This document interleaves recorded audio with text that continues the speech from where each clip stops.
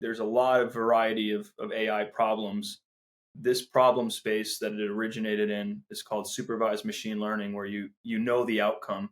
LLMs and self-driving cars, that's other areas of the spectrum. But if you think about the use cases that could be addressed just with that area, I mean, it was like limitless, like lead scoring, fraud detection.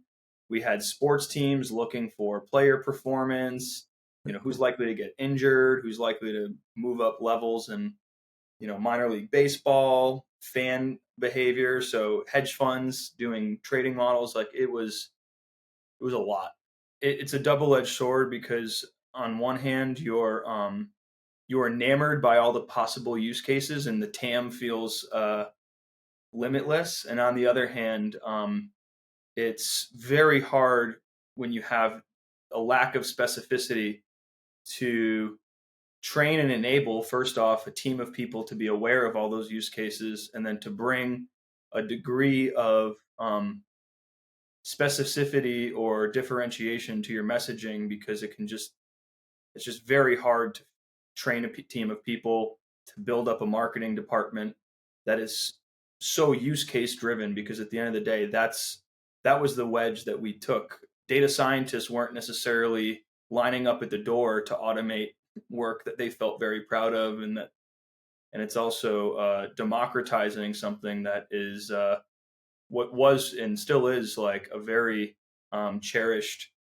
and finite set of skills that we were kind of starting to broaden and open up the door on. So we were taking an approach where we were going to department heads or heads of functions with use case based messaging that automated machine learning or AI was essentially powering the back end, or opening up the potential for those use cases to be addressed either more accurately or at scale, if that Gotcha. makes sense. Yeah.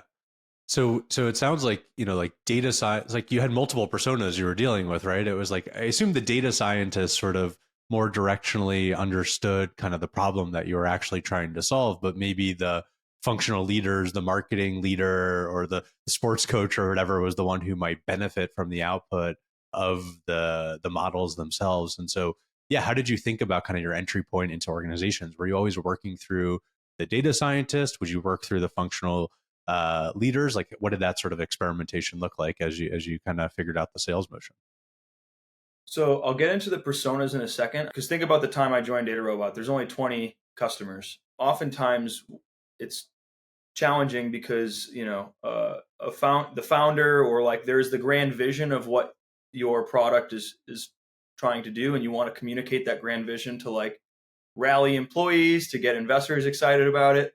So you have like on one hand this like grand vision, like Insight Squared is like, we are going to power SMBs. Every SMB is going to become data driven, and we're going to be the platform to do it. And there's 2 million SMBs, or I'm just making up the number, but like, so that's like this broad vision. And then I started to look at the CRM of who our actual customers were, and it was all B2B SaaS companies. So it's like, Yeah. it was like, we're not selling to SMBs. Like that's, I know what SMBs are. Like I have barbershops and landscaping companies, working outside right now. Like they're not buying our product. It's B2B SaaS companies, high growth. So I started to refine, your outreach, and it's like, okay, if that's the motion, it's a little bit easier to narrow in and start to create some more efficient messaging and more efficient activities. So then when I go to DataRobot and I start to just take a look at the first 20 customers, turns out like three of them were fintechs that were using us for this underwriting use case. And I wasn't there in the first year or two when the founder led kind of approach acquired that 2 dozen kind of base. But I was like, okay, if fintechs, you know, that at least gives me a base to start with. I can build a list of fintechs and lenders and start really honing in, even though we can solve all the world's problems here. I can find 250 lending companies, start to hit them with a really tight messaging around improving their underlying underwriting models, which just has a very clear and distinct ROI for them. And if you start to kind of create little pockets of that type of approach, it takes like this very broad potential, and you start to kind of become very use case and market segment driven, and narrow the scope, which is helpful. Then there's the personas, but I think that has been, sometimes I'll meet with founders, or I think about the founder led sale, and founders are often wired to talk about their company from the fundraising lens and the fundraising mentality. And then you usually hire a salesperson in your first couple of salespeople. And I think it's, someone's got to point them in a direction that's a little bit narrower than maybe the grand vision of where eventually you want to go. And then it starts to snowball from there. Yeah. No, we definitely like I even had that problem at Doc, right? Like we, Doc is a really flexible platform. And I think of it as like, any B2B company in the world, any companies working together, in theory, you could do things within Doc, like even recruiting use cases or finance use cases. But then as I started going into founder led sales and really getting into, okay, where's the most value we're providing? It was really sales and customer success teams, and specifically like onboarding, and then kind of like enabling champions as part of the sale. And like we've kind of niched down over the years to kind of go attack kind of that problem set. Maybe in the future we kind of broaden it back up, but that was a good learning for me, because it just was hard, like figuring out the marketing messaging on the website. It got all muddy. What do we say in sales conversations? It made things a lot more complicated when we tried to be horizontal as opposed to focusing. And then traction was a lot harder. So yeah, that story Yeah. resonates quite a bit. And then you have the personas, right? And so that's obviously a horizontal layer on top of like a more narrow, like segment based messaging or use case based messaging.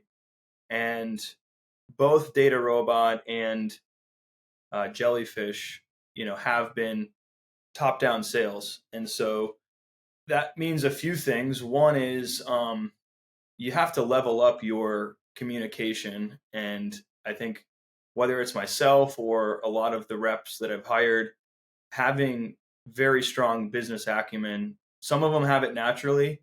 Others have had, the aptitude and coachability to just pick it up. But being very business centric around zooming out, and let's just take the underwriting example. I'm not targeting a executive at a lending company with automated machine learning messaging. I'm saying, hey, lenders like you typically do 50 to 100 million in underwriting volume a year, and we've seen case studies of our automated approach to model building have a 2 to 4% uplift on their, you know, incumbent underwriting model. And so for you, that would mean a $1 to $4 million lift.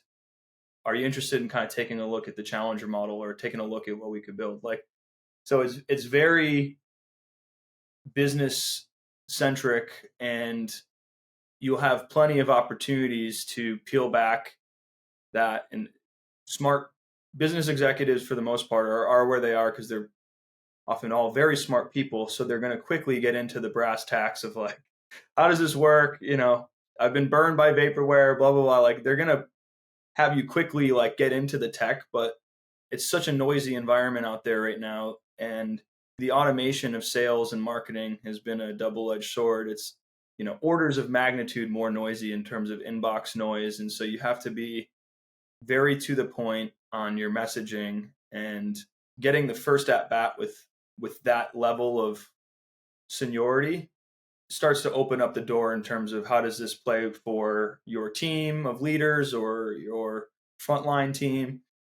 Yeah, it's a great lesson, and like you just need to tie things to the business outcomes. And yeah, I've been in this trap too, where it's like, hey, look how cool, look at all the cool stuff my product does, but no one actually cares. That's just a means to an end, and you got to talk about the end, which is okay. What is that outcome that you're driving in the business? And I imagine, yeah, your background as an equities researcher also helped do that too, because you just really understood how businesses worked and understood where the value was created.